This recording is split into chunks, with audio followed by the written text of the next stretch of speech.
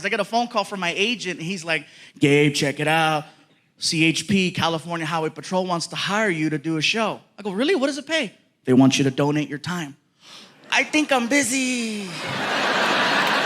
They told me to let you know you have a warrant in the city of Fresno, California. I'm like, oh, they're good. So I did the show, and I'm gonna tell you guys right now. It was one of the scariest shows I ever did. A room full of nothing but cops. Everybody's drinking a lot, and I'm scared because if they get ghetto, who do I call? You know, I gotta go out in the parking lot and find some gang member. Hey, back me up. So the show went good. It went so good that they asked me to do another show in California, in San Diego, for the California Highway Patrol Border Division. And I tried to make up an excuse that my car wasn't working right. They said, no worries, we understand. They sent a patrol car to my house with a freaking uniformed officer, and I was like, oh my God. Best part was I didn't tell my family he was coming. Oh yeah, sometimes you have to create your own entertainment. It was hysterical. 5 o'clock rolled around, I'm like, he should be here any minute. Sure enough.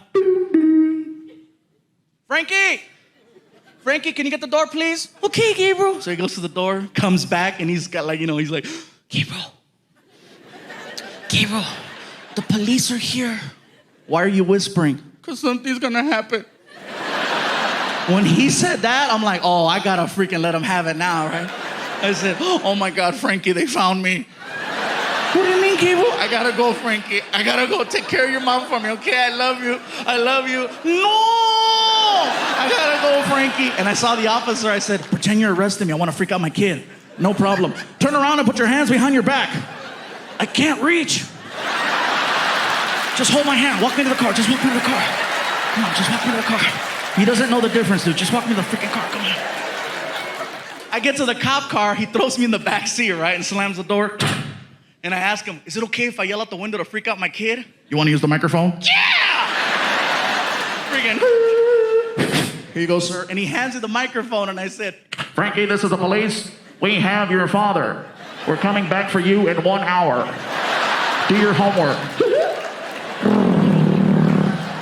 1 minute later, my girlfriend calls me. You're an ass! What's he doing? He's doing his homework. That's called parenting, baby.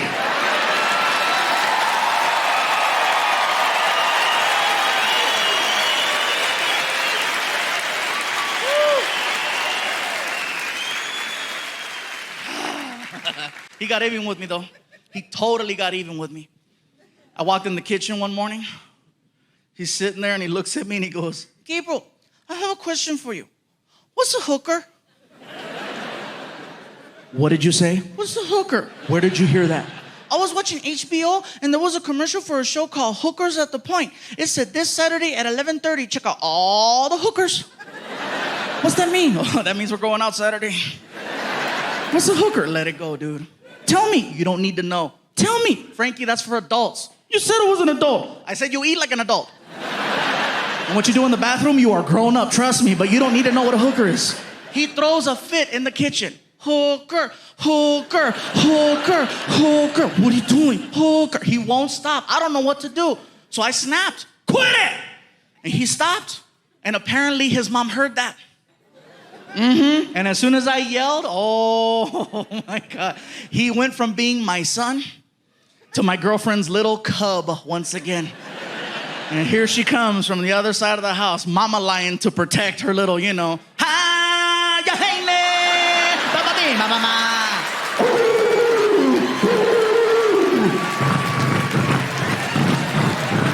I could see her coming. Oh my God, he wants to know what a hooker is. And that's why you're yelling? Tears, right? You said if he had any questions, he could come to you. I didn't know he was gonna ask me that. You said, don't worry, baby, I'm the man, I'll take care of it. Tell him. Are you serious? Tell him now. Frankie, you wanna know what a hooker is? Yeah. Those are your mom's friends.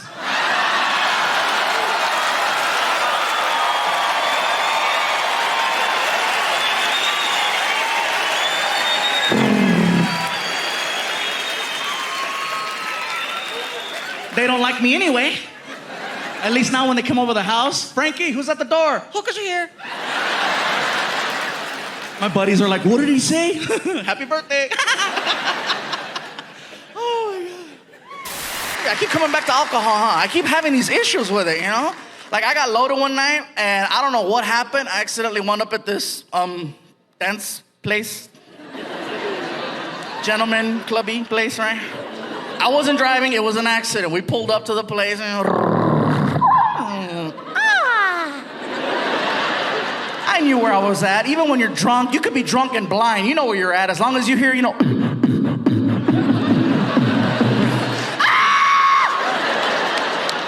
I walked in there and I got recognized by one of the dancers, and you gotta call them dancers or entertainers or they get mad at you. They'll get mad. I am not a stripper, okay? I am an entertainer. I'm like, no, I'm an entertainer. You're nasty. Some girl recognized me. She's like, oh my God, I know who you are. You're famous. And I'm like, oh no. And some other dancer who's spinning on a pole overheard famous and she stopped. Just. She walks over. Oh my God, you're famous? Can I have your autograph? I said, you don't even know me. I don't care. Sign it. Okay, relax. What's your name? Diamond. What's your last name? Rodriguez. To Diamond. With all my love and affection. Hurry up! I got mad, so I wrote George Lopez.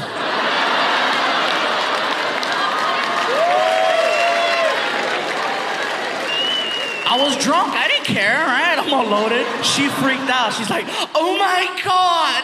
Oh my God. You're George Lopez. I can't help it, you guys. I was so drunk, I did this. I said, I know, huh?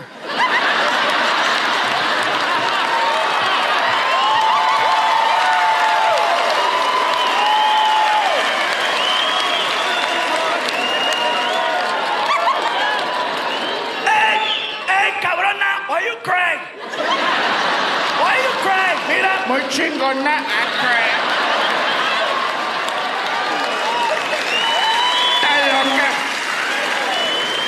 I won't lie, you guys. George knows I do that. I don't think he likes it. I've done that to a couple of other people, you know. I did that to Paul Rodriguez, and Paul was cool. Paul was really cool about it. He was like, you know, hey, I heard there's a guy out there who knows how to talk like me. Is that you? I said, yeah, that's me. That's pretty good. I said, I know, huh? Hey, can you do Mencia? Da-da-da.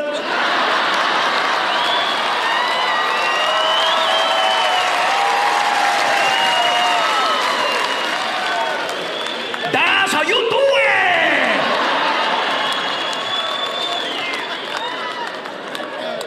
it. Now, Carlos knows I do that, and he gets mad at me because he goes, you gotta do it better. I told a story that went viral called the racist gift basket story. The story itself is about 15 minutes long, okay? I'm gonna give you the 3-minute version of that story so you understand what's going on. Basically, Martin and I are doing a show in Sacramento, California. We're driving from LA to Sacramento. We're passing through a small town called Fresno. As we're passing through Fresno, we reach out to the local promoter who does the shows there. We're good friends with him. And he tells us, you know, because we're trying to have lunch. And he goes, he's busy, but by the way, G. Riley's in town. And we're like, oh shoot, our friend G. Riley's in town. He's at the hotel. Oh right, he's at the hotel. We knew exactly where he was at. So I say, Martin, how about we go and visit G? Martin goes, let's stop by. I figured first, let's go pick up some soda, some drinks so we can surprise him. So we get to the market. As soon as we walk in the door, we see a whole pile of gift baskets. Martin goes, we should get him a gift basket. I said, Martin, G. Riley doesn't like gift baskets, okay? He doesn't like the fancy wine and the fancy cheese and the sausage. He definitely hates crackers.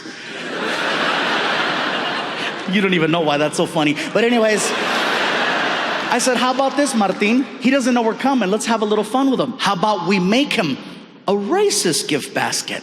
And Martin goes, what's that? I go, you know, Martin, a racist gift basket. A gift basket designed to have fun with whatever race you're trying to mess with. Now, in G's case, he's black. It was easy. Now, I say easy not to be an ass. I say easy because there's so many stereotypes attached to African Americans. So we have this empty gift basket. What did we put in it? Fried chicken, watermelon, Kool-Aid, grape soda, barbecued potato chips, sunflower seeds, an Ebony magazine, a Chris Rock DVD called Bigger and Blacker, Magnum condoms, Newport cigarettes, a rack of ribs, the recipe for cornbread. We put everything but a white girl with a big ass in the basket. We wrapped it up really nice. We put a big bow on it and we took it to the hotel. We had the girl at the front desk deliver it to his room. Martin and I are waiting in the hallway where he can't see us. So she knocks on the door. G. Riley opens the door. She gives him the gift basket. He says thank you, closes the door. Martin and I run over to the door and we start listening to him opening up the gift basket. As he's opening it, he's getting excited. And he is enjoying every single thing he is pulling out of that basket. He is loving this basket until he realizes it's a practical joke. And then he freaks out because he read the greeting card. The greeting card freaked him out because now he thinks that the KKK sent the gift basket. Now some of you are like, why does he think that? Because that's what we wrote. If you're gonna do a practical joke, you go big or you go home is what I'm trying to say. So he freaks out and he tries to run out of the hotel room. As soon as he gets in the hallway, he sees Martin and I laughing and he puts two and two together. So then he cusses us out, he forgives us, gives us a hug, high five, we go back in his room and then I eat his chicken. What winds up happening is that story goes crazy on Comedy Central. People are giving him a hard time, so they pull it. Next thing you know, I upload it through YouTube. 10 million views it gets on YouTube. Then they flag it because the word racist is on the title, so it gets pulled off. So then I re-upload it, it gets another 10 million. Then I had people share it. All in all, the video's probably gotten about a little over 100 million views. So here's what happened. Just like the chocolate cakes,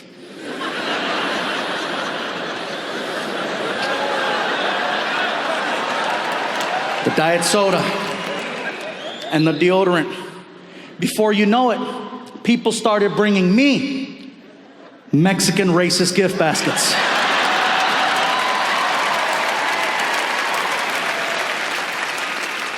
Now, when it first started happening, listen guys, I'm not gonna lie, it was actually kind of cute because it was only other Mexicans bringing me these quote unquote Mexican racist gift baskets. It started in LA after a show. This one guy walks up to me with a basket and he's like, hey, what's up, homie? Got you a racist gift basket. I said, we're the same race. Hey, whatever. All right, whatever. I take it backstage and all the items in the basket made it to my house. There was a Mexican blanket with a tiger on it, a bunch of bottles of Fanta, bottles of sangria, Vicente Fernandez CDs, Mexican candy, pan dulces, sweetbread, mazapanes. Everything made it to my house. Now, the more East Coast we started traveling, and the more down south we started performing, the more creative the gift baskets started getting. Fast forward to Mobile, Alabama. Oh, it gets good. Earlier tonight, before we kicked off this special, my friend Martin was out here making a couple of announcements. One of the announcements that he made was, if you brought a gift, please hold on to it until after the show. Don't bring it to the stage. It could interrupt the flow of the performance. The only reason why he makes this announcement every single night is because of one show in Mobile. So here's what happens.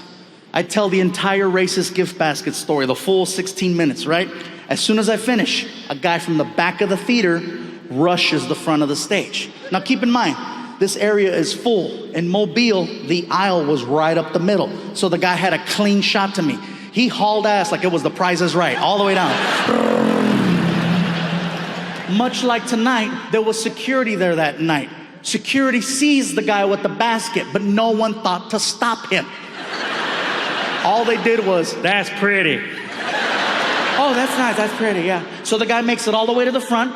He takes the gift basket and he puts it on the stage. Now he's heckling me from where you're sitting. I'm standing here and he's like, Fluffy! What's up, dude? I got this for you. Thank you. Open it.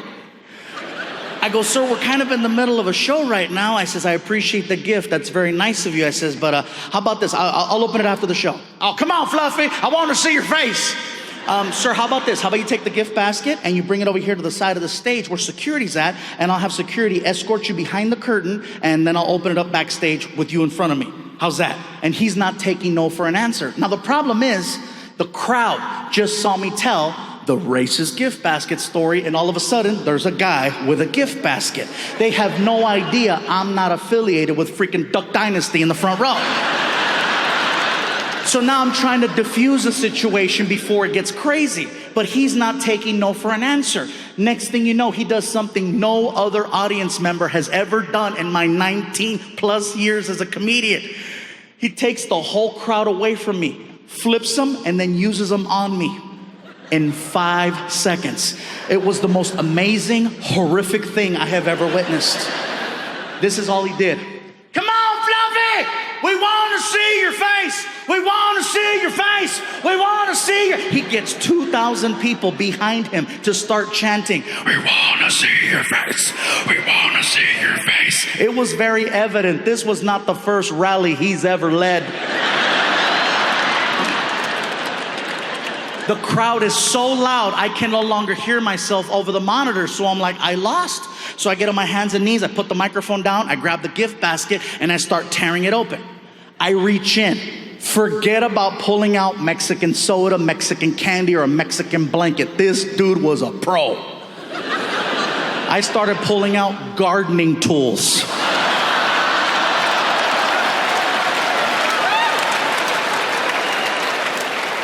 I'm pulling out a rake, a toy shovel, a toy leaf blower. Dig deeper, Fluffy, dig deeper. I pull out a soccer ball. I go, dude, it says Puerto Rico. They ran out of Mexico. I pull out a brick. I go, what's the brick for? The wall. I pull out an actual application for U.S. citizenship. I said, there's no way this can get any worse. Dig deeper. I was wrong. I pull out an old school box of Crayola crayons. You know the 64 pack that has a sharpener in the back? Okay.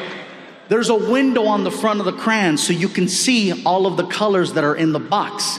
All of the crayons in the box are brown except for one white crayon right in the middle. And I said, what the hell is that supposed to mean? And he looks at me and he says, welcome to my world.